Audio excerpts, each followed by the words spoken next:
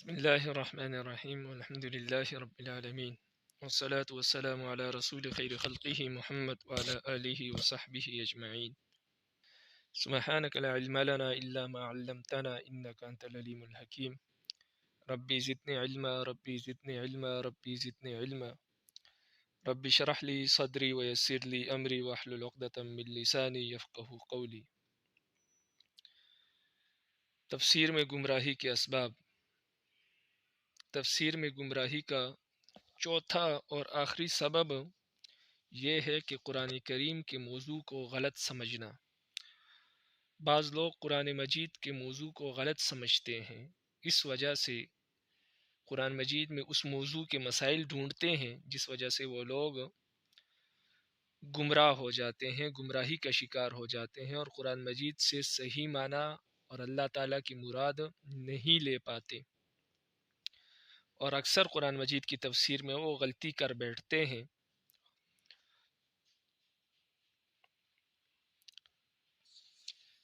تو یہ لوگ قرآن مجید کے موضوع کو صحیح نہیں سمجھتے،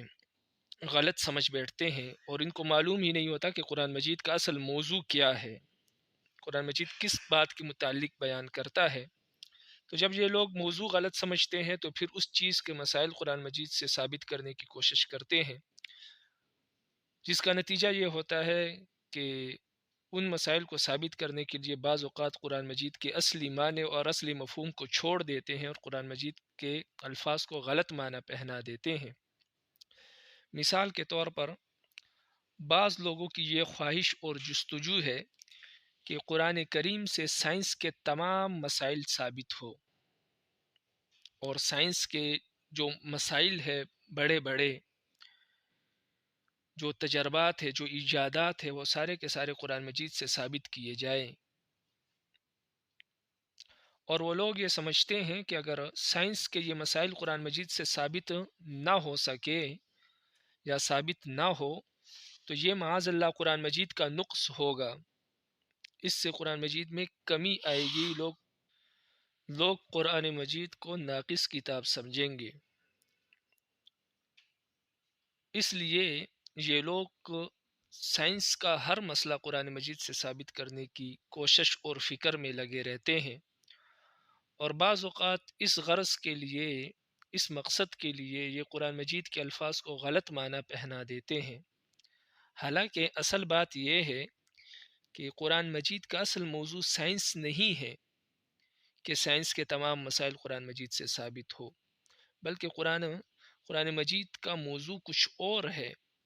ہاں، لیکن بعض اوقات اس موضوع سے متعلق قرآن مجید اپنے موضوع میں بات کرتے ہوئے کسی بات کو ثابت کرنے کے لیے کوئی سائنس سے متعلق کوئی بات، کائنات اور آفاق سے متعلق کوئی بات بھی کہہ دیتا ہے،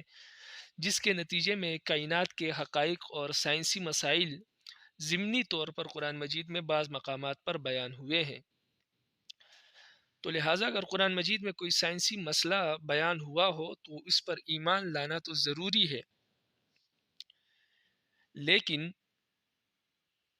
پہلے سے سائنس کا کوئی مسئلہ ذہن میں بٹھا لینا اور پھر قرآن مجید کے الفاظ سے اس مسئلے کو ثابت کرنے کی کوشش کرنا اور قرآن مجید کے الفاظ کو کھینچ تان کر کے اس مسئلے کے مطابق بنانا، یہ ایسا ہے جیسے کہ کوئی شخص قانون کی کتاب اٹھائے، وکالت کی کتاب اٹھائے اور اس سے میڈیکل کے مسائل ثابت کرنے کی کوشش شروع کر دے کہ وکالت کی کتاب سے میڈیکل سائنس کی مسائل جو ہے وہ ثابت کرنا شروع کر دے، تو اس کا نتیجہ یہی ہوگا کہ جو وکالت کی کتاب کا اصل مقصد اور موضوع ہے وہ بھی خراب ہو جائے گا اور کچھ حاصل بھی نہیں ہوگا، اس لیے کہ وکالت کی کتاب میں میڈیکل سائنس کے مسائل موجود نہیں ہے. اسی طرح کیونکہ وکالت کی جو کتاب ہے، قانون کی جو کتاب ہے، اس میں قانون موجود ہے، وکالت موجود ہے، لا موجود ہے، اس میں لا کے مسائل جو ہے وہ آپ نکال سکتے ہیں کیونکہ اس موضوع پر لکھی گئی ہے. لیکن وہاں سے اگر آپ میڈیکل سائنس ثابت کریں گے تو لازمی بات ہے آپ غلط نتیجہ اخذ کر لیں گے، اور اس سے یہ ہوگا کہ لا کی اور قانون کی جو کتاب ہے اس کا بھی جو مسئلہ ہوگا وہ بھی آپ غلط کر دیں گے، اس کا جو اصل مفہوم ہوگا اس کو آپ بگاڑ دیں گے۔ تو اسی طرح جب لوگ سائنس کے مسائل قرآن مجید سے ثابت کرتے ہیں تو سائنس جو ہے یہ قرآن مجید کا موضوع نہیں ہے، اس لیے ہر مسئلہ سائنس کا قرآن مجید میں نہیں ہے۔ لیکن جب آپ ہر مسئلہ سائنس کا قرآن مجید سے ثابت کرنے کی کوشش کریں گے تو پھر لازمی بات ہے قرآن مجید کے الفاظ میں کھینچ تان کریں گے اور غلط مفہوم بیان کریں گے، تو اس کا نتیجہ یہ ہوگا، تب بھی سائنس کا مسئلہ ثابت ہوگا جب آپ غلط مفہوم بیان کریں گے قرآن کے الفاظ کا، اور جب آپ غلط مفہوم بیان کریں گے تو اس کا نتیجہ یہ ہوگا کہ آپ گمراہی کا شکار ہو جائیں گے، اور اس سے بڑھ کر کوئی گمراہی نہیں کہ انسان اللہ تعالیٰ کے کلام میں کھینچ تان کرے اور مانوی تحریف کرے۔ تو اس لیے بعض لوگ قرآن مجید کے موضوع کو غلط سمجھ بیٹھتے ہیں، تو بعض لوگوں نے قرآن مجید کے جو موضوع ہے فلسفے کو قرآن مجید کا موضوع بنایا، بعض لوگوں نے سائنس کو قرآن مجید کا موضوع بنایا، اور جب ان لوگوں نے اس طرح قرآن مجید فلسفہ قرآن مجید کا موضوع بنایا یا سائنس قرآن مجید کا موضوع بنایا، تو جب پھر وہ یہ مسائل ثابت کرنے کی کوشش کرنے لگے قرآن مجید میں، تو لازمی بات ہے ہر مسئلہ تو ملتا نہیں ہے، اور ان کی کوشش یہ ہے کہ ہر مسئلہ مل جائے قرآن مجید میں سائنس کا یا فلسفے کا۔ تو جب ان لوگوں نے یہ کوشش شروع کر دی تو لازمی بات ہے پھر قرآن مجید میں مانوی تحریف ان لوگوں نے شروع کر دی، کھینچ تان شروع کر دی، جس سے قرآن مجید کا معنی جو ہے اور مفہوم جو ہے وہ بگڑ گیا، اور جب معنی اور مفہوم ان لوگوں نے بگاڑ دیا تو یہ ان لوگوں کی گمراہی کا سبب بنا اور اللہ تعالیٰ کے کلام کے ساتھ مذاق کا سبب بنا۔ اب آپ یہ بھی سمجھ لیں کہ قرآن مجید کا اصل موضوع کیا ہے۔ اللہ تعالیٰ نے قرآن مجید کو نازل کیا، لیکن اس کو یوں نہیں چھوڑ دیا کہ اس کا موضوع ہی بیان نہ کیا ہو کہ اس کا اصل موضوع کیا ہے۔ اللہ تعالیٰ نے سینکڑوں آیات میں قرآن مجید کا موضوع بیان کیا ہے، اس میں سے آپ صرف باقی جب ہم کتاب پڑھیں گے تو مصنف نے، استاذ محترم نے تمام آیات ذکر کی ہے، یہاں پر اکثر آیات ذکر کی ہے، لیکن یہاں پر آپ صرف دو دیکھ لیں، اس کے بعد پھر جب ہم کتاب پڑھیں گے باقی آیات بھی پھر انشاءاللہ ترجمے کے ساتھ بیان کر لیں گے۔ تو سورہ مائدہ میں اللہ تعالیٰ فرماتے ہیں لقد جاءکم من اللہ نور و کتاب مبین، یقیناً آپ کے پاس اللہ کی طرف سے نور آیا ہے، یعنی واضح کتاب آئی ہے۔ اللہ تعالیٰ اس کتاب کے ذریعے ہدایت دیتے ہیں ان لوگوں کو جو اللہ تعالیٰ کی خوشنودی کے طالب ہے، اللہ تعالیٰ کی رضا جو لوگ چاہتے ہیں، اللہ تعالیٰ ان کو سلامتی کی راہ دکھاتے ہیں اس قرآن کے ذریعے سے، اور انہیں اپنے حکم سے اندھیروں سے نکال کر روشنی کی طرف لاتے ہیں، اور انہیں سیدھے راستے کی ہدایت عطا فرماتے ہیں۔ تو اس سے معلوم ہوا کہ قرآن مجید کا اصل موضوع انسان کی ہدایت اور رہنمائی ہے۔ اسی طرح اللہ تعالیٰ سورہ مائدہ میں فرماتے ہیں یا اہل الکتاب قد جاءکم رسولنا یبین لکم علی فترۃ من الرسل ان تقولوا ما جاءنا من بشیر ولا نذیر فقد جاءکم بشیر ونذیر۔ اے اہل کتاب، تمہارے پاس ہمارے پیغمبر ایسے وقت دین کی وضاحت کرنے آئے ہیں جب پیغمبروں کی آمد رکی ہوئی تھی، تاکہ تم یہ نہ کہہ سکو کہ ہمارے پاس نہ کوئی جنت کی خوشخبری دینے والا آیا ہے نہ کوئی جہنم سے ڈرانے والا۔ لو اب تمہارے پاس خوشخبری دینے والا اور ڈرانے والا آ گیا ہے، اور اللہ ہر بات پر پوری قدرت رکھتا ہے۔ تو یہ قرآن مجید کا اصل موضوع ہے کہ انسان مخلوق سے خالق کی طرف آ جائے اور دنیا سے بے رغبت ہو کر آخرت کی طرف آ جائے اور اس کو ہدایت مل جائے۔ تو لہٰذا قرآن مجید سے ہدایت کے مسائل لینے چاہیے، اور ہدایت آپ کو ہر جگہ ملے گی قرآن مجید میں، لیکن اگر آپ قرآن مجید کا موضوع کوئی دوسری چیز بنا لیں گے تو پھر وہ کسی مقام پر ملے گی، کسی مقام پر نہیں ملے گی۔ تو جب کسی مقام پر نہیں ملے گی اور اس سے وہ مسئلہ نکالنے کی کوشش کی جائے گی تو لازمی بات ہے وہ تب تک نہیں نکل سکتا جب تک کہ قرآن مجید کے مفہوم کو تبدیل نہ کیا جائے، اور جب کوئی تبدیل کرے گا تو لازمی بات ہے وہ قرآن مجید میں تحریف کا مرتکب ہوگا، قرآن مجید کو بگاڑنے کا مرتکب ہوگا، تو اس کا انجام بھی انہی لوگوں کے ساتھ ہوگا جنہوں نے تورات اور انجیل کو بدل دیا ہے۔ تو اللہ تعالیٰ ہمیں اس سے محفوظ فرمائے۔ تو یہ آیات آپ نے دیکھ لی، اور اس طرح کی اور بھی کئی آیات ہے جن سے یہ بات واضح ہو جاتی ہے کہ قرآن مجید کا اصل مقصد انسان کو آخرت کی تیاری پر آمادہ کرنا اور اللہ تعالیٰ کی مرضی کے مطابق زندگی گزارنے کی تعلیم اور ترغیب دینا ہے۔ اور جتنی باتیں قرآن مجید میں تاریخی واقعات یا کائنات یا سائنس سے متعلق ہے، وہ سب اسی موضوع کی بنیاد پر کی گئی ہے، اسی موضوع کی تائید کے لیے کی گئی ہے۔ بعض اوقات اللہ تعالیٰ کوئی دلیل دیتے ہیں تو پھر سائنسی کوئی مسئلہ بیان کر دیتے ہیں یا تاریخی کوئی پس منظر بیان کر دیتے ہیں۔ مثال کے طور پر جب اللہ تعالیٰ قرآن مجید میں لوگوں سے یہ بیان کرتے ہیں کہ انبیاء کی بات مانو، انبیاء کو نہ جھٹلاؤ وگرنہ اللہ کا عذاب تم پر آ جائے گا، تو پھر اللہ تعالیٰ اس بات کو ثابت کرنے کے لیے پچھلے جو انبیاء گزرے ہیں ان کے واقعات بیان کرتے ہیں۔ تو یہ صرف تاریخی پس منظر کے طور پر نہیں بیان ہوتے یہ واقعات، بلکہ لوگوں کو اس بات کی ہدایت اور رہنمائی دینے کے لیے بیان ہوتے ہیں کہ دیکھیں پہلے لوگوں نے بھی انبیاء کی بات نہیں مانی، ہماری کتاب میں جو کچھ موجود تھا وہ نہیں مانا، تو ہمارے عذاب نے ان کو پکڑ لیا، آپ بھی ایسا کریں گے تو ہمارا عذاب آپ کو بھی پکڑ لے گا۔ تو یہ اس لیے بیان ہوتا ہے۔ اسی طرح جب اللہ تعالیٰ اپنی حقانیت اور وحدانیت بیان کرتے ہیں کہ اللہ ہر چیز پر قادر ہے اور اللہ ہی تمہارے مسائل حل کریں گے، تو پھر اللہ تعالیٰ اس بات کو ثابت کرنے کے لیے یہ فرماتے ہیں کہ آسمان سے پانی نازل ہوتا ہے، زمین غلہ اگاتی ہے۔ یہ جو سائنسی مسائل ہے، آفاق سے متعلق مسائل ہے، یہ بیان کیے جاتے ہیں توحید کو ثابت کرنے کے لیے، اور توحید جو ہے وہ سراسر ہدایت ہے۔ تو اللہ کی کتاب کا اصل مقصد، اصل موضوع وہ ہدایت ہے، اور اس ہدایت کو ثابت کرنے کے لیے بعض اوقات تاریخی واقعات یا سائنسی مسائل جو ہے وہ اللہ تعالیٰ قرآن مجید میں بیان کرتے ہیں۔ تو اب اگر اس سے کوئی شخص یہ سمجھ لے کہ قرآن مجید کا موضوع سائنس ہے یا تاریخ ہے تو یہ بات درست نہیں۔ اس لیے جب قرآن مجید کا موضوع سائنس نہیں ہے اور تاریخ نہیں ہے تو پھر یہ بات آپ سمجھ لیں کہ قرآن مجید سے سائنس کا ہر مسئلہ ثابت نہیں ہوگا، کیونکہ یہ سائنس کی کتاب نہیں ہے۔ اسی طرح تاریخ کا بھی مسئلہ ثابت نہیں ہوگا، اور جب یہ بات ثابت ہو گئی تو پھر آپ یہ بات بھی ذہن میں رکھ لیں، اگر قرآن مجید میں سائنس کا کوئی مسئلہ موجود نہ ہو تو یہ اس بات کی دلیل نہیں ہے کہ قرآن مجید میں نقص ہے یا کمی ہے یا یہ ناقص کتاب ہے، اس لیے کہ اس کا موضوع نہیں ہے۔ اسی طرح اگر قرآن مجید میں تاریخی کوئی پس منظر بیان نہ ہو، کوئی واقعہ بیان نہ ہو، تو اس کا یہ مطلب نہیں ہے کہ قرآن مجید میں نقص ہے یا ناقص ہے، بلکہ تاریخ قرآن مجید کا موضوع نہیں ہے۔ جو موضوع ہے وہ اللہ کا کلام کھل کر بیان کرتا ہے، اور تاریخ اس وقت بیان کرتا ہے قرآن مجید جتنی ضرورت ہوتی ہے اور جہاں پر ضرورت ہوتی ہے۔ تو اس تمام تفصیل سے ان لوگوں کا جواب بھی ہو گیا جو لوگ یہ کہتے ہیں کہ جن علوم اور فنون سے مغرب کے لوگوں نے ترقی حاصل کی ہے دنیا میں، ان علوم اور فنون کا بیان قرآن مجید میں نہیں ہے۔ تو ہم کہتے ہیں کہ اس سے قرآن مجید میں کوئی فرق نہیں آتا، ان علوم کا بیان بے شک نہ ہو، ان علوم کے بیان نہ ہونے قرآن مجید میں اگر وہ علوم بیان نہیں ہے تو اس سے قرآن مجید میں کوئی کمی واقع نہیں ہوتی، کوئی نقص نہیں آتا،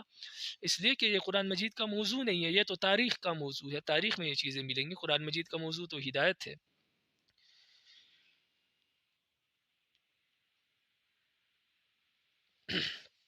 اسی طرح ان لوگوں کے اعتراض کا جواب بھی ہو گیا جو یہ کہتے ہیں کہ قرآن مجید سے سائنس وغیرہ کا کوئی مسئلہ اگر ثابت نہ ہو تو یہ قرآن مجید میں نقص اور کمی کے مترادف ہے۔ تو ان لوگوں کا بھی یہ جواب ہو گیا کہ یہ قرآن مجید سائنس کی کتاب نہیں ہے کہ اس سے سائنس کا ہر مسئلہ ثابت ہو۔ یہ تو ایسا ہے کہ کوئی شخص قانون کی کسی کتاب پر یہ اعتراض کرنے لگے کہ اس میں ایٹم بم بنانے کا کوئی طریقہ موجود نہیں ہے، تو لہٰذا قانون اور لا کی یہ کتاب جو ہے یہ اس میں کمی ہے اور نقص ہے، تو یہ بات درست نہیں ہے۔ اور قرآن مجید کے الفاظ کو توڑ موڑ کر سائنس کا کوئی مسئلہ ثابت کرنا قرآن سے، یہ اسی طرح ہے جیسے کوئی شخص قانون اور لا کی کتاب کے الفاظ کو توڑ موڑ کر اس سے ایٹم بم کی تھیوری نکالنے کی کوشش کرنے لگے۔ ظاہر ہے کہ یہ اس اعتراض کا جواب نہیں ہے کہ قانون اور لا کی کتاب میں ایٹم بم بنانے کا طریقہ کیوں نہیں ہے؟ اس کا یہ جواب نہیں ہے کہ آپ اس کا یہ جواب دیں کہ لا اور قانون کی کتاب میں آپ ان کے الفاظ کو توڑ موڑ کر ایٹم بم بنانے کی تھیوری نکال دیں، تو کوئی سمجھدار شخص اس بات کو پسند نہیں کرے گا، بلکہ وہ کہے گا اس کا آسان جواب یہ ہے کہ یہ لا کی کتاب ہے، قانون کی کتاب ہے، یہ کوئی سائنس کی کتاب نہیں ہے کہ اس میں ایٹم بم بنانے کا طریقہ موجود ہو۔ یہ اس کا آسان جواب ہے۔ یہ نہیں ہے کہ انسان قانون اور لا کی کتاب سے اس کے الفاظ کو توڑ کر ایٹم بم بنانے کا طریقہ بیان کرنا شروع کر دے۔ اسی طرح قرآن مجید میں اگر کوئی شخص یہ اعتراض کرے کہ اس میں سائنس کا کوئی مسئلہ موجود نہیں ہے یا تاریخ کا، تو اس کا آسان جواب یہ ہے کہ یہ قرآن مجید کا موضوع نہیں ہے، سائنس اور انجینئرنگ اور تاریخ۔ لیکن اگر کوئی شخص اس کا یہ جواب دینے کی کوشش کرے کہ قرآن مجید کے الفاظ کو توڑ موڑ کر سائنس کا وہ مسئلہ قرآن مجید سے ثابت کرنے کی کوشش کرے، تو یہ بیوقوفی ہے۔ یہ قرآن مجید کے ساتھ قرآن مجید کی کوئی خدمت نہیں ہے، شریعت کی کوئی خدمت نہیں ہے، اور یہ اسی طرح نادانی ہے جس طرح اللہ کی کتاب کے الفاظ کو توڑ موڑ کر ایٹم بم بنانے کی تھیوری نکالنے کا جو مسئلہ ہے، یہ اسی طرح درست نہیں ہے، اس لیے کہ اسے قرآن مجید کا مفہوم بدل جائے گا اور تحریف کا انسان مرتکب ہوگا۔ تو اگر کوئی بات اور کوئی مسئلہ نہیں ہے قرآن مجید میں، تو اس کا آسان جواب یہ ہے کہ قرآن مجید کا یہ موضوع نہیں ہے۔ قرآن مجید نے ان چیزوں کو اپنا موضوع اس لیے نہیں بنایا کہ یہ چیزیں انسان اپنی محنت، اپنی کاوش، اپنی تحقیق، اپنی جستجو، اپنی فکر، اپنی ذہن سے معلوم کر سکتا ہے، یعنی سائنسی مسائل وغیرہ، یہ ساری چیزیں انسان اپنے ذہن سے، اپنی کوشش اور اپنی جستجو سے معلوم کر سکتا ہے۔ اس لیے تو انسان نے اپنی ذہن اور اپنی فکر اور اپنی عقل اور اپنی جستجو سے سائنس میں اتنی ترقی کر لی ہے۔ تو اس لیے جو چیزیں ذہن سے معلوم ہو سکتی تھی، عقل اور فکر سے انسان خود معلوم کر سکتا تھا، قرآن مجید نے ان چیزوں کو اپنا موضوع نہیں بنایا، بلکہ وہ اللہ تعالیٰ نے انسان کے ذہن پر چھوڑ دی ہے، اس کی محنت پر چھوڑ دی ہے۔ اللہ تعالیٰ نے قرآن مجید اور وحی کا موضوع وہ چیزیں بنائی جو انسان اپنی عقل، اپنی فکر، اپنی محنت سے حاصل نہیں کر سکتا، اور وہ چیزیں ہیں ایمان، یقین، دل اور روح کی پاکیزگی، اعمال، اخلاق حسنہ، اللہ کی بندگی، آخرت کی زندگی کو بنانا، اور اسی طرح اللہ تعالیٰ کی رضا۔ یہ ساری چیزیں ایسی ہے جو انسان اپنی عقل اور فکر سے معلوم نہیں کر سکتا۔ اس کے لیے ضروری ہے کہ اللہ تعالیٰ وحی نازل کرے اور وحی کے ذریعے انسان کو اس کا علم ہو، اور پھر انسان ان کاموں کو، ان احکامات کو بجا لائے۔ اس لیے تو آپ دیکھیں کہ مغرب نے سائنس میں اتنی ترقی کی، لیکن اس کے باوجود آج وہ ان چیزوں کو نہیں جانتا کیونکہ یہ چیزیں عقل اور فکر اور ذہن کی بنیاد پر نہیں ہے، یہ انسان کی عقل سے اوپر کی چیزیں ہیں۔ اس لیے اس کے لیے ضروری ہے کہ وحی کے ذریعے یہ معلوم ہو۔ اس لیے اللہ قرآن مجید نے، جو کہ وحی ہے، اصل میں قرآن مجید سارے کا سارا وحی ہے، اس لیے قرآن مجید نے ان چیزوں کو اپنا موضوع بنایا جو انسان کی ذہن، عقل اور فکر سے اوپر کی چیز ہے، انسان اس کو اپنے عقل، اپنی فکر، اپنی ذہن سے معلوم نہیں کر سکتا۔ تو یہاں تک ایک بات ہو گئی، یہاں تک کتاب کو دیکھیں، اس سے آگے پھر پڑھیں گے انشاءاللہ۔ فرماتے ہیں نمبر 4، یعنی قرآن مجید میں گمراہی کے اسباب میں سے چوتھا سبب، قرآن کریم کے موضوع کو غلط سمجھنا، یہ چوتھا سبب ہے۔ تفسیر قرآن کے بارے میں چوتھی گمراہی یہ ہے کہ بعض لوگ قرآن کریم کے موضوع کو ٹھیک نہیں سمجھتے اور اس میں وہ باتیں تلاش کرنے کی کوشش کرتے ہیں جو اس کے موضوع سے خارج ہے۔ مثلا بعض حضرات اس جستجو میں رہتے ہیں کہ قرآن کریم سے کائنات کے تمام سائنسی اور طبی حقائق مستنبط کیے جائیں اور سائنس کے مسلمات کو قرآن کریم سے ثابت کیا جائے۔ وہ یہ سمجھتے ہیں کہ اگر قرآن سے سائنس کے یہ مسائل ثابت نہ ہو سکے تو معاذ اللہ یہ قرآن کریم کا نقص ہوگا، چنانچہ وہ پورے خلوص کے ساتھ قرآنی آیات سے سائنسی مسلمات ثابت کرنے کی فکر میں رہتے ہیں اور بعض اوقات اس غرض کے لیے قرآنی الفاظ کو غلط معنی پہنا دیتے ہیں۔ حالانکہ واقعہ یہ ہے کہ قرآن کریم کا اصل موضوع سائنس نہیں ہے۔ اس میں اگر کہیں کائناتی حقائق کا ذکر آیا ہے تو ضمنی طور سے آیا ہے، لہٰذا اگر اس میں کہیں کوئی سائنٹیفک حقیقت واضح طور سے مل جائے تو اس پر تو بلا شبہ ایمان رکھنا چاہیے، لیکن سائنس کا کوئی مسئلہ پہلے سے ذہن میں رکھ کر قرآن کریم سے اسے زبردستی نکالنے کی کوشش ایسی ایسی چیز ہے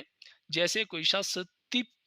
کی کتاب میں یعنی میڈیکل سائنس کی کتاب میں قانون کے مسائل تلاش کرنے کی کوشش کرنے لگے۔ قرآن کریم نے اپنا موضوع اور مقصد نزول نازل ہونے کا جو مقصد ہے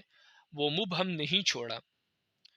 بلکہ 20 آیات میں یہ واضح کر دیا ہے کہ اسے کیوں نازل کیا گیا ہے۔ مثال کے طور پر مندرجہ ذیل آیات پر غور فرمائے۔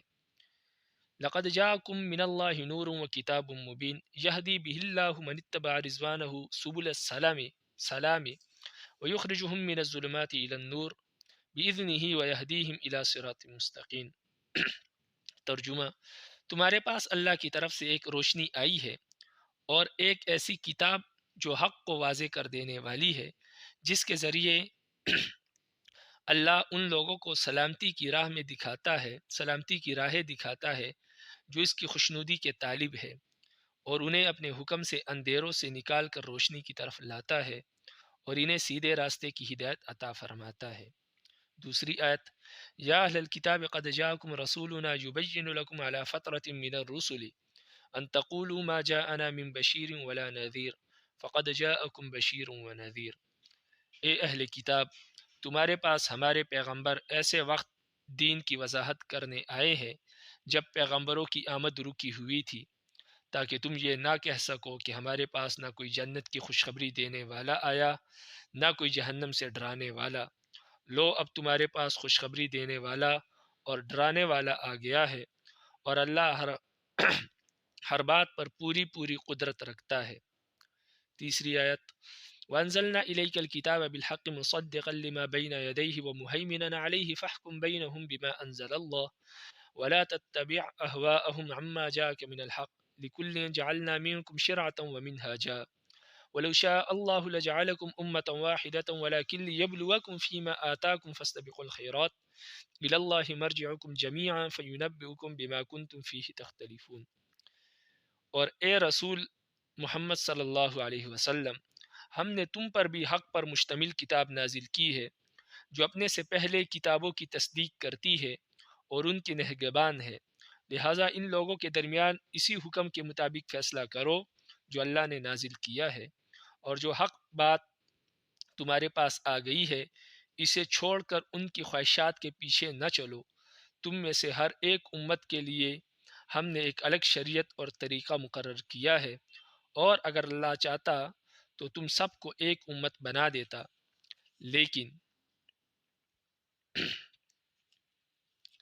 لیکن الگ شریعتیں اس لیے دی تاکہ جو کچھ اس نے تمہیں دیا ہے اس میں تمہیں آزمائے، لہٰذا نیکیوں میں ایک دوسرے سے آگے بڑھنے کی کوشش کرو۔ اللہ کی طرف تم سب کو لوٹ کر جانا ہے، اس وقت وہ تمہیں وہ باتیں بتائے گا جن میں تم اختلاف کیا کرتے تھے۔ چوتھی آیت ہے: وَكَذَلِكَ نُفَصِّلُ الْآيَاتِ وَلِتَسْتَبِينَ سَبِيلُ الْمُجْرِمِينَ۔ اور ہم اسی طرح نشانیاں تفصیل کے ساتھ بیان کرتے ہیں تاکہ سیدھا راستہ بھی واضح ہو جائے اور تاکہ مجرموں کا راستہ بھی کھل کر سامنے آ جائے۔ پانچویں آیت: کتاب انزل الیک فلا یکن فی صدرک حرج منہ لتنذر بہ وذکری للمؤمنین۔ اے پیغمبر، یہ کتاب جو تم پر اس لیے اتاری گئی ہے کہ تم اس کے ذریعے لوگوں کو ہوشیار کرو، لہٰذا اس کی وجہ سے تمہارے دل میں کوئی پریشانی نہ ہونی چاہیے، اور مومنوں کے لیے یہ ایک نصیحت کا پیغام ہے۔ اب عجبتم ان جاءکم ذکر من ربکم علی رجل منکم لینذرکم ولتتقوا ولعلکم ترحمون۔ کیا تم اس بات سے تعجب کرتے ہو کہ تمہارے پروردگار کی طرف سے تمہارے پاس ایک ایسے شخص کی معرفت جو تمہاری ہی جنس کا بشر ہے کوئی نصیحت کی بات آ گئی تاکہ وہ شخص تم کو ڈرائے اور تاکہ تم ڈر جاؤ اور تاکہ تم پر رحم کیا جائے۔ اس کے بعد والی آیت ہے تلك آیات الکتاب الحکیم ہدی ورحمۃ للمحسنین الذین یقیمون الصلاۃ ویؤتون الزکاۃ وهم بالآخرۃ هم یوقنون۔ یہ اس حکمت والی کتاب کی آیتیں ہیں جو نیک لوگوں کے لیے ہدایت اور رحمت بن کر آئی ہیں۔ وہ نیک لوگ جو نماز قائم کرتے ہیں اور زکوٰۃ ادا کرتے ہیں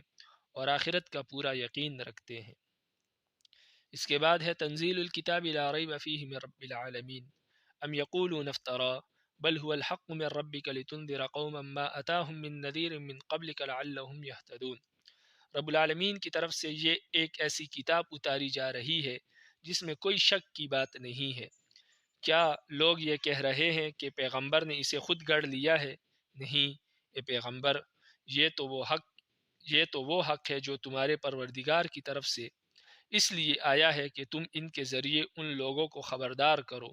جن کے پاس تم سے پہلے کوئی خبردار کرنے والا نہیں آیا۔ اس کے بعد یاسین کی آیت ہے تنزیل العزیز الرحیم لتنذر قوما ما انذر آباؤهم فهم غافلون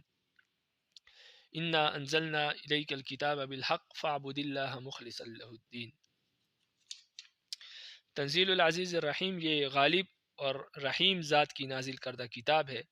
تاکہ آپ ڈرائے اس کے ذریعے ان لوگوں کو جن کے آباء و اجداد کو ڈرایا گیا تھا لیکن وہ غافل رہے۔ اس حال میں کہ وہ غافل تھے ان کو ڈرایا گیا، تو اب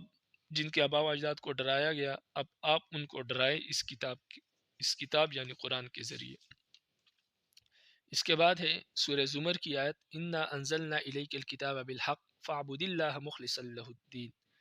اے پیغمبر، بے شک یہ کتاب ہم نے تم پر برحق نازل کی ہے، اس لیے اللہ کی اس طرح عبادت کرو کہ بندگی خالص اسی کے لیے ہو۔ اس کے بعد سورہ شورا کی آیت ہے وَكَذَلِكَ أَوْحَيْنَا إِلَيْكَ قُرْآنًا عَرَبِيًّا لِتُنذِرَ أُمَّ الْقُرَىٰ وَمَنْ حَوْلَهَا وَتُنذِرَ يَوْمَ الْجَمْعِ لَا رَيْبَ فِيهِ فَرِيقٌ فِي الْجَنَّةِ وَفَرِيقٌ فِي السَّعِيرِ۔ اور اسی طرح ہم نے یہ عربی قرآن تم پر وحی کے ذریعے بھیجا ہے تاکہ تم مرکزی بستی مکہ اور اس کے ارد گرد والوں کو اس دن سے خبردار کرو جس میں سب کو جمع کیا جائے گا، جس کے آنے میں کوئی شک نہیں ہے۔ ایک گروہ جنت میں جائے گا اور ایک گروہ بھڑکتی ہوئی آگ میں۔ اس کے بعد سورہ جاسیہ کی آیت ثم جعلناک علی شریعۃ من الامر فاتبعها ولا تتبع اهواء الذین لا يعلمون انهم لن یغنوا عنک من اللہ شیئا وان الظالمین بعضهم اولیاء بعض واللہ ولی المتقین هذا بصائر للناس وہدی ورحمۃ لقوم یوقنون۔ پھر اے پیغمبر، ہم نے تمہیں دین کی ایک خاص شریعت پر رکھا ہے، لہٰذا تم اسی کی پیروی کرو اور ان لوگوں کی خواہشات کے پیچھے نہ چلنا جو حقیقت کا علم نہیں رکھتے، وہ اللہ کے مقابلے میں تمہارا ذرا بھی کام نہیں تمہارے ذرا بھی کام نہیں آ سکتے، اور حقیقت یہ ہے کہ ظالم لوگ ایک دوسرے کے دوست ہیں اور اللہ متقی لوگوں کا دوست ہے۔ یہ قرآن تمام لوگوں کے لیے بصیرتوں کا مجموعہ ہے، اور جو لوگ یقین کرے ان کے لیے منزل تک پہنچنے کا ذریعہ اور سراپا رحمت ہے۔ اس کے بعد سورہ زمر کی آیت ہے اللہ نزل احسن الحدیث کتابا متشابہا مثانیہ تقشعر منہ جلود الذین یخشون ربهم ثم تلین جلودهم وقلوبهم الى ذکر اللہ ذلك هدى اللہ یہدی به من یشاء ومن یضلل اللہ فما له من ہاد۔ اللہ نے بہترین کلام نازل فرمایا ہے، ایک ایسی کتاب جس کے مضامین ایک دوسرے سے ملتے جلتے ہیں، جس کی باتیں بار بار دہرائی گئی ہیں، وہ لوگ جن کے دلوں میں اپنے پروردگار کا رعب ہے،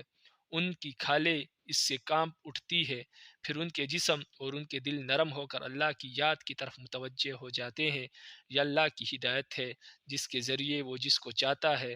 راہ راست پر لے آتا ہے، اور جسے اللہ راستے سے بھٹکا دے اسے کوئی راستے پر لانے والا نہیں۔ یہ محض چند مثالیں ہیں،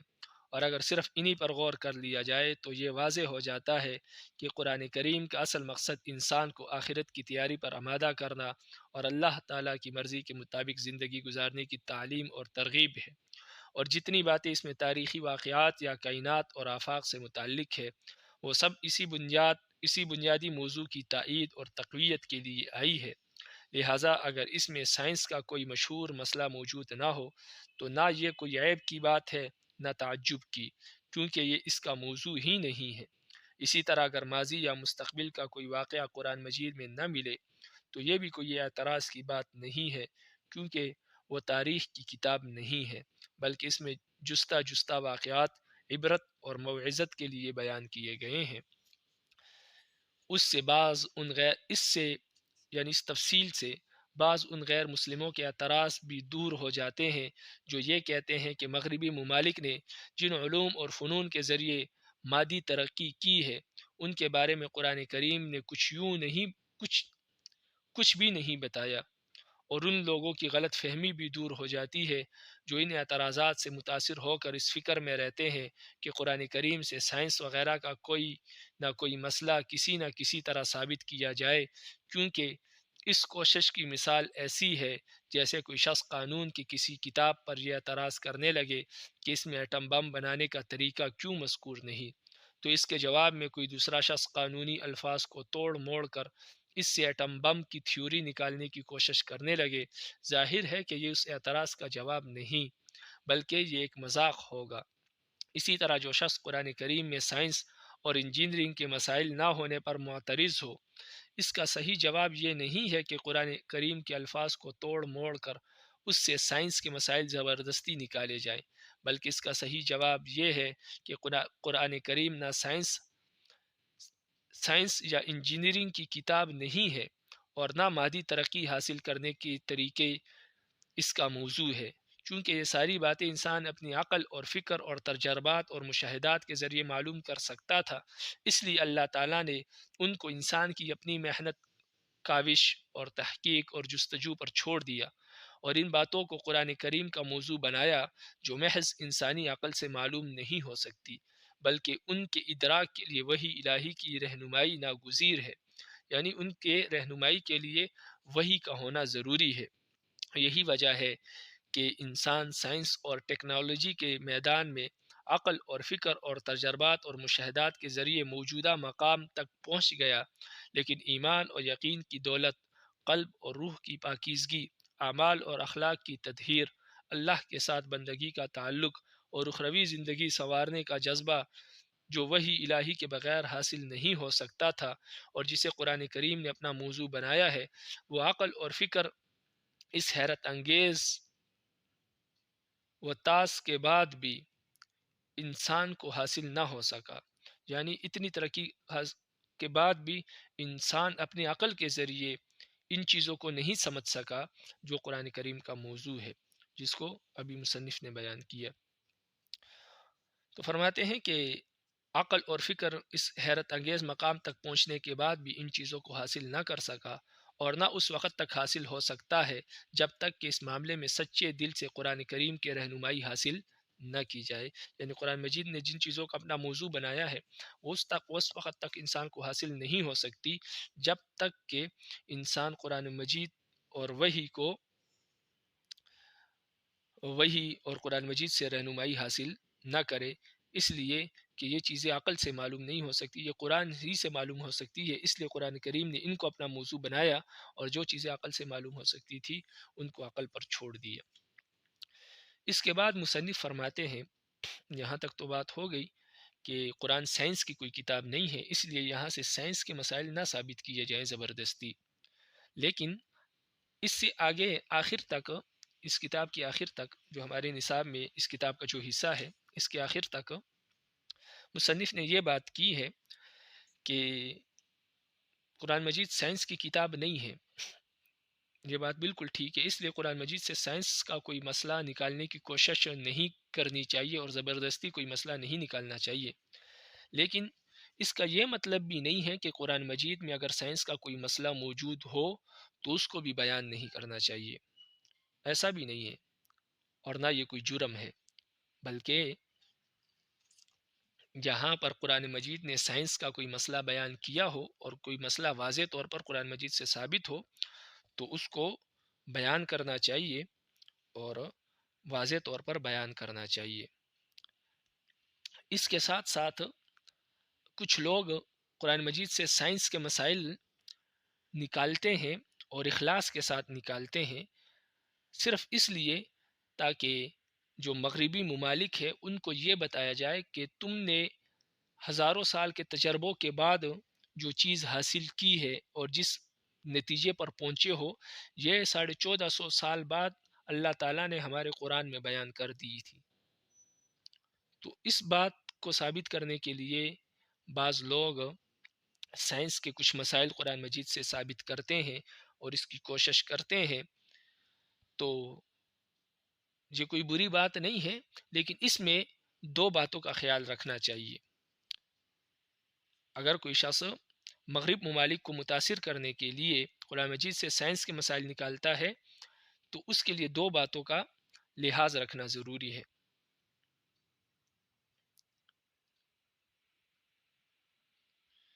پہلی بات یہ ہے کہ سائنس کا جو مسئلہ قرآن مجید میں بیان ہوا ہے اسی کو بیان کرے، اور ساتھ یہ عقیدہ بھی رکھے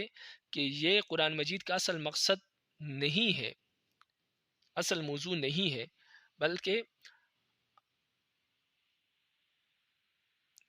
بلکہ ان سائنسی مسائل کا اصل مقصد یہ ہے کہ اللہ تعالیٰ کی قدرت کاملہ کو ثابت کیا جائے اور اس سے ایمان میں پختگی پیدا ہو۔ لہٰذا اس بنیاد پر قرآن کریم کو سائنس کی کتاب سمجھنا یہ بالکل غلط ہے، بلکہ جہاں پر کوئی مسئلہ ثابت ہو تو وہ صرف سائنس کا کوئی مسئلہ ثابت ہو تو وہ صرف اس لیے اللہ نے بیان کیا تاکہ اس کے ذریعے اللہ تعالیٰ اپنی قدرت کو ثابت کرے اور اس کے ذریعے لوگوں کا ایمان اللہ تعالیٰ کی قدرت پر اور مضبوط ہو جائے۔ تو لہٰذا یہ عقیدہ رکھنا چاہیے جو بھی شخص قرآن مجید سے سائنس کے مسائل ثابت کر رہا ہے تو وہ یہی عقیدہ رکھے، یہ عقیدہ نہ رکھے کہ یہ قرآن مجید کوئی سائنس کی کتاب ہے یا اس کو سائنس کی کتاب سمجھنا شروع کر دے اور ہر آیت سے مسائل نکالنا شروع کر دے سائنس کے، ایسا نہ کرے، بلکہ جہاں پر ثابت ہے کوئی مسئلہ ثابت ہے وہی مسئلہ نکالے۔ دوسری بات جو ہے جس کا لحاظ رکھنا ضروری ہے وہ یہ ہے کہ جہاں سائنس کے کسی مسئلے کی مکمل وضاحت قرآن مجید میں موجود نہ ہو، جہاں پر سائنس کے کسی مسئلے کی مکمل وضاحت قرآن مجید میں موجود نہ ہو تو خواہ مخواہ الفاظ کو توڑ موڑ کر قرآن مجید سے وہ مسئلہ ثابت کرنے کی کوشش نہیں کرنی چاہیے، اور قرآن مجید کے الفاظ اس مسئلے پر چسپاں کرنے کی کوشش نہیں کرنی چاہیے۔ جتنا ثابت ہے اتنا بیان کرے، جتنا ثابت نہیں ہے تو اس کے لیے قرآن مجید کے سیاق سباق کو چھوڑ کر الفاظ کو توڑ موڑ کر وہ مسئلہ ثابت کرنے کی کوشش نہیں کرنی چاہیے، بلکہ اس سے نقصان ہوگا، قرآن مجید کی کوئی خدمت نہیں ہوگی۔ اس کو ایک مثال سے آپ سمجھے۔ مثال یہ ہے کہ جو پہلے سائنسدان تھے ان کا نظریہ یہ تھا کہ زمین کے علاوہ جتنے سیارے ہیں، عطارد زمین، عطارد زہرہ، مریخ، نیپچو، پلوٹو، یہ سارے جتنے بھی ہیں، مشتری، زحل، یورینس، نیپچون، یہ سارے کے سارے جتنے بھی ہیں سیارے، یہ سارے کے سارے تو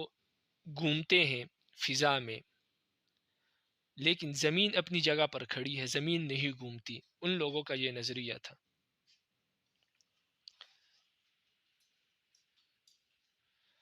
تو ان کا نظریہ یہ تھا کہ باقی سارے سیارے تو ارد گرد گھومتے ہیں فضا میں، لیکن زمین اپنی جگہ پر کھڑی ہے، یہ نہیں گھومتی۔ تو اس وقت کے کچھ متجددین، مفسرین نے اس بات کو قرآن مجید سے ثابت کرنے کی کوشش شروع کر دی، اور سائنس کے اس مسئلے کو قرآن مجید سے ثابت کرنے کے لیے انہوں نے قرآن مجید کی ایک آیت امن جعل الارض قرارا، سورہ نمل آیت نمبر 61، یہ بیان کی اور فرمایا کہ وہ ذات لائق عبادت ہے جس نے زمین کو جائے قرار بنایا ہے۔ ان لوگوں کا کہنا یہ تھا کہ جائے قرار کا لفظ یہ بتا رہا ہے کہ زمین اپنی جگہ پر کھڑی ہے، حالانکہ اس آیت سے قرآن مجید کا مقصد یہ بیان کرنا نہیں ہے کہ زمین اپنی جگہ پر کھڑی ہے، بلکہ یہ بیان کرنا ہے کہ اللہ تعالیٰ کا بڑا انعام ہے کہ زمین تم لوگوں کو لے کر ہلتی نہیں ہے، تم ڈاماڈول نہیں ہوتی، بلکہ تم اطمینان سے زمین پر رہتے ہو، اس پر لیٹتے ہو، اس پر بیٹھتے ہو، تو قرار حاصل کرتے ہو اور تمہیں تکلیف نہیں ہوتی، یہ مطلب ہے۔ یہ مطلب نہیں ہے کہ زمین فضا میں نہیں گھومتی، ساکن ہے۔ تو لازمی بات ہے، قرآن مجید جو مقصد بیان کر رہا ہے اس آیت سے وہ یہی ہے کہ تم اس پر لیٹتے ہو، بیٹھتے ہو، قرار حاصل کرتے ہو، اور تمہیں لیٹنے، بیٹھنے، چلنے میں کوئی تکلیف اور دشواری نہیں ہوتی۔ اب ظاہر بات ہے کہ اللہ تعالیٰ کے یہ انعام جو اللہ تعالیٰ بیان کر رہے ہیں، اس کا زمین کی حرکت اور سکون سے کوئی تعلق نہیں ہے کہ زمین فضا میں پھر رہی ہے یا نہیں، بلکہ زمین ہوا میں پھر رہی ہو یا نہ ہو، اس سے ان انعامات پر کوئی فرق نہیں پڑتا۔ زمین بے شک پھر رہی ہو، جیسے آج کی سائنس بتا رہی ہے کہ زمین پھر رہی ہے، لیکن ہمیں چلنے پھرنے میں کوئی پریشانی نہیں ہے، تو زمین آج بھی زمین اللہ نے اس کو قرار بنایا ہے۔ تو لہٰذا بعض لوگوں نے اس کو ساکن اور متحرک ثابت کیا، حالانکہ قرآن یہ بیان نہیں کر رہے کہ یہ ساکن ہے یا پھر رہی ہے، بلکہ یہ بیان کر رہے ہیں کہ تم اس پر چل پھر سکتے ہو آرام سکون سے، یہ آپ کو یہ ڈاماڈول نہیں ہوتی، زمین ہلتی نہیں ہے۔ لیکن بہرحال جب یہ نظریہ تھا تو کچھ لوگوں نے قرآن مجید کی اس آیت سے یہ نظریہ ثابت کرنے کی کوشش کی۔ پھر کچھ عرصے بعد جب سائنس نے مزید ترقی کی تو یہ نظریہ پیش کیا گیا سائنس کی طرف سے کہ قرآن مجید جو دنیا جو ہے، زمین جو ہے، یہ بھی باقی سیاروں کی طرح فضا میں پھرتی ہے اور سورج کا چکر لگاتی ہے، یہ بھی اپنی جگہ پر ساکن نہیں ہے، کھڑی نہیں ہے، یہ بھی باقی سیاروں کی طرح چلتی پھرتی ہے۔ تو اس سے اب اس سائنس کے اس مسئلے کو بھی بعض لوگوں نے قرآن مجید کی آیات سے ثابت کرنے کی کوشش کی، اور اس مسئلے کو ثابت کرنے کے لیے انہوں نے قرآن مجید کی یہ آیت پیش کی، سورہ نمل آیت نمبر 88، وَتَرَى الْجِبَالَ تَحْسَبُهَا جَامِدَةً وَهِيَ تَمُرُّ مَرَّ السَّحَابِ، تم آج پہاڑوں کو دیکھتے ہو اور سمجھتے ہو کہ یہ اپنی جگہ پر جمے ہوئے کھڑے ہیں، حالانکہ یہ اس وقت اس طرح پھریں گے جیسے کہ بادل پھرتے ہیں۔ وہی تمر مر السحاب، اس آیت میں جو یہ الفاظ ہے، اس سے بعض لوگوں نے یہ معنی لیا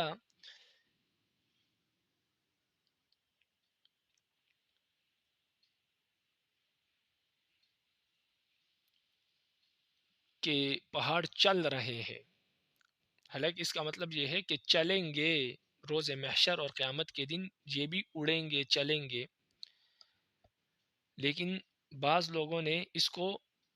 حال کے معنی میں لیا، مستقبل کے معنی میں نہیں بلکہ حال کے معنی میں لیا، اور کہا کہ یہ چل رہے ہیں،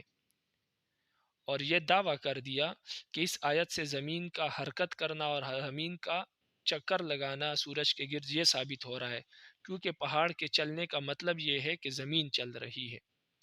حالانکہ قرآن مجید کا اور اس آیت کا یہ مطلب بیان کرنا یہ بالکل اس آیت کے سیاق اور سباق اور الفاظ کے بالکل خلاف ہے، اس لیے کہ اس آیت کا مقصد یہ ہے کہ روز محشر کے دن، قیامت کے دن پہاڑ اڑیں گے، چلیں گے، اپنی جگہ پر جمے نہیں رہ سکیں گے، بے شک جتنے مضبوط پہاڑ ہو۔ لیکن اس سے یہ بات ثابت کرنا کہ ابھی پہاڑ چل رہے ہیں، اور اس کا مطلب یہ ہے، پہاڑ چلنے کا مطلب یہ ہے کہ زمین چل رہی ہے، تو یہ بالکل قرآن مجید کے مفہوم کے خلاف بات ہے، اور قرآن مجید میں معنوی تحریف کے مترادف ہے۔ اصل بات یہ ہے کہ زمین چاہے حرکت کرے چاہے حرکت نہ کرے، یعنی چاہے فضا میں پھرے، سورج کے گر چکر لگائے یا نہ لگائے، اس کے بارے میں قرآن خاموش ہے، اس کے بارے میں قرآن مجید نے کوئی رہنمائی نہیں دی، اور پورے قرآن میں یہ مسئلہ کہیں پر موجود نہیں ہے۔ جن لوگوں نے ساکن ہونے کو ثابت کرنے کی کوشش کی، یا جن لوگوں نے قرآن مجید سے زمین کی حرکت کو ثابت کرنے کی کوشش کی، یہ ان لوگوں نے قرآن مجید سے زبردستی یہ مسئلہ نکالنے کی کوشش کی، وگرنہ قرآن مجید میں یہ مسئلہ نہیں ہے۔ تو یہ قرآن مجید کے ساتھ زبردستی ہے، اور یہ قرآن مجید کی کوئی خدمت نہیں ہے، تو قرآن مجید میں یہ مسئلہ ہے ہی نہیں، اس لیے کہ یہ سائنس کا موضوع ہے، قرآن مجید کا نہیں ہے، اور ضروری نہیں ہے کہ قرآن مجید سے سائنس کا ہر مسئلہ ثابت ہوتا ہے، لہٰذا یہ مسئلہ قرآن مجید میں موجود ہی نہیں، اور جب قرآن مجید میں موجود نہیں ہے تو اب کوئی فرق نہیں پڑتا، چاہے زمین حرکت کر رہی ہو یا زمین ساکن ہو، یہ شریعت کا کوئی مسئلہ نہیں ہے، یہ سائنس کا مسئلہ ہے۔ اب سائنس کے لحاظ سے کوئی یہ نظریہ بنا لے کہ زمین حرکت کر رہی ہے، تب بھی کوئی فرق نہیں پڑتا شرعی لحاظ سے، اور یہ نظریہ بنا لے کہ زمین حرکت کر رہی ہے، تب بھی کوئی فرق نہیں پڑتا۔ تو چاہے جو نظریہ بنا لے سائنس کی دلائل کی بنیاد پر کہ وہ ساکن ہے یا حرکت کر رہی ہے، اس سے کوئی فرق نہیں پڑتا شرعی حوالے سے، اس لیے کہ یہ شریعت کا مسئلہ نہیں ہے، قرآن کا مسئلہ نہیں ہے، یہ محض سائنس کا مسئلہ ہے۔ تو اس کو زبردستی قرآن سے ثابت کرنا یہ درست نہیں ہے۔ تو جو دوسری قرآن سائنس سے قرآن مجید سے سائنس کے مسائل ثابت کرنے کی جو دوسری وجہ ہے، دوسری بات ہے جس کا لحاظ رکھنا ضروری ہے، وہ یہی ہے کہ قرآن مجید سے خواہ مخواہ سائنس کے وہ مسائل ثابت نہ کیے جائے جو ثابت نہیں ہے، کہ جن کے لیے آپ کھینچ تان کر قرآن مجید سے وہ مسئلہ ثابت کرنے کی کوشش کریں، تو یہ ضروری نہیں ہے، جو ثابت ہے بس وہ بیان کریں۔ اور ویسے بھی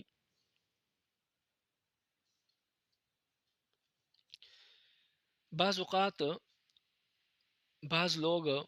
قرآن مجید سے سائنس کے مسائل اس لیے ثابت کرنے کی کوشش کرتے ہیں تاکہ غیر مسلموں کو متاثر کیا جائے اور ان کو یہ بتایا جائے کہ آپ کے سائنس نے جو بات آج ثابت کی ہے وہ ہمارے قرآن نے 1450 سال پہلے بتا دی تھی۔ تو اس کے لیے وہ سائنس قرآن مجید سے بعض مسائل کھینچ تان کر ثابت کرنے کی کوشش کرتے ہیں۔ تو ایسا نہ کیا جائے، جو مسئلہ ثابت ہو بس وہ بیان کر دیا جائے ان کے سامنے، ان کے متاثر ہونے کے لیے وہی کافی ہے۔ جو ثابت نہ ہو تو اس کو کھینچ تان کے قرآن مجید کے الفاظ اور معنی میں تحریف کر کے اس کو ثابت کرنے کی کوشش نہ کی جائے، اس لیے کہ اس سے نقصان ہوگا۔ اور نقصان کیسے ہوگا وہ آپ اسی مثال کو لے لیں جو ہم نے بیان کی ابھی۔ اس مثال کو لے لیں تو پہلے نظریہ یہ تھا سائنس کا کہ زمین اپنی جگہ پر کھڑی ہے، سورج کے گرد نہیں گھومتی۔ تو جن لوگوں نے قرآن مجید سے یہ مسئلہ کھینچ تان کر ثابت کرنے کی کوشش کی، اگر تمام مسلمان اس مسئلے کو مان لیتے اور تمام دنیا اس مسئلے کو مان لیتی کہ قرآن مجید سے یہ مسئلہ یوں ثابت ہے کہ زمین اپنی جگہ پر کھڑی ہے، تو آج جب سائنس نے خود اس مسئلے کے انکار کر دیا اور کہا کہ نہیں، زمین بھی سورج کے گرد چکر لگاتی ہے، اپنی جگہ پر کھڑی نہیں ہے، اور یہ بات ان لوگوں نے اپنے سائنس کے تجربات اور مشاہدات کی بنیاد پر ثابت کی ہے، تو آپ سوچیں جب پوری دنیا یہ مانتی ہو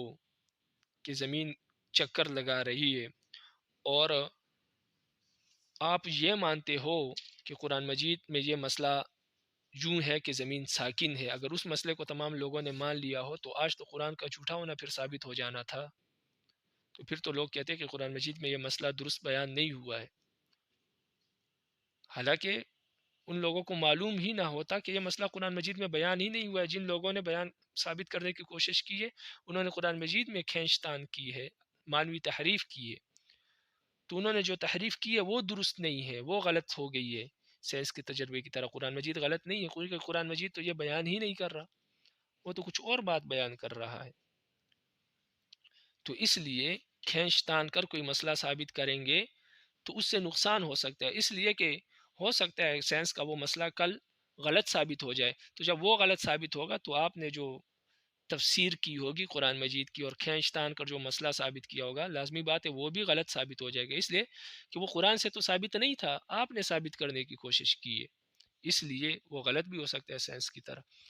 تو جو ثابت ہے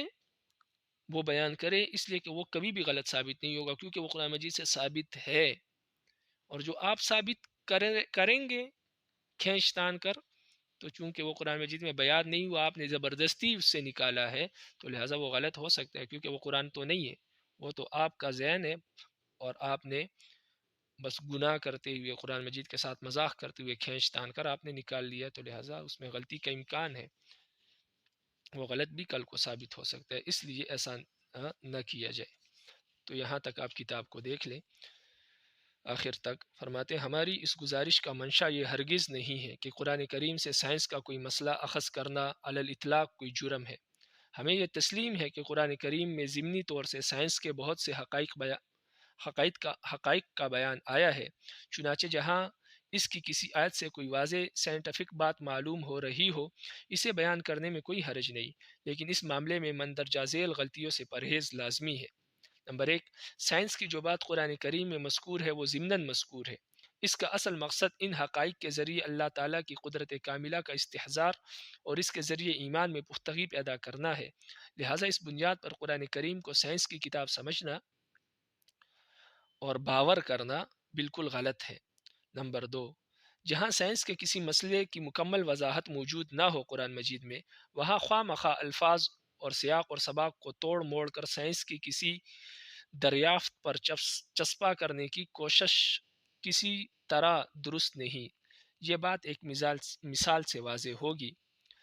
مثال یہ ہے کہ جس وقت سائنس کی دنیا میں یہ نظریہ مشہور ہوا کہ زمین اپنی جگہ ساکن ہے اور دوسرے سیارے اس کے گرد حرکت کرتے ہیں، تو بعض لوگوں نے اس نظریے کو قرآن کریم سے ثابت کرنے کی کوشش کی اور قرآن کریم کی اس آیت سے استدلال کیا۔ امن جعل الارض قرارا، سورہ نمل آیت نمبر 61، کہ لائق ہے وہ ذات عبادت کے جس نے زمین کو جائے قرار بنایا۔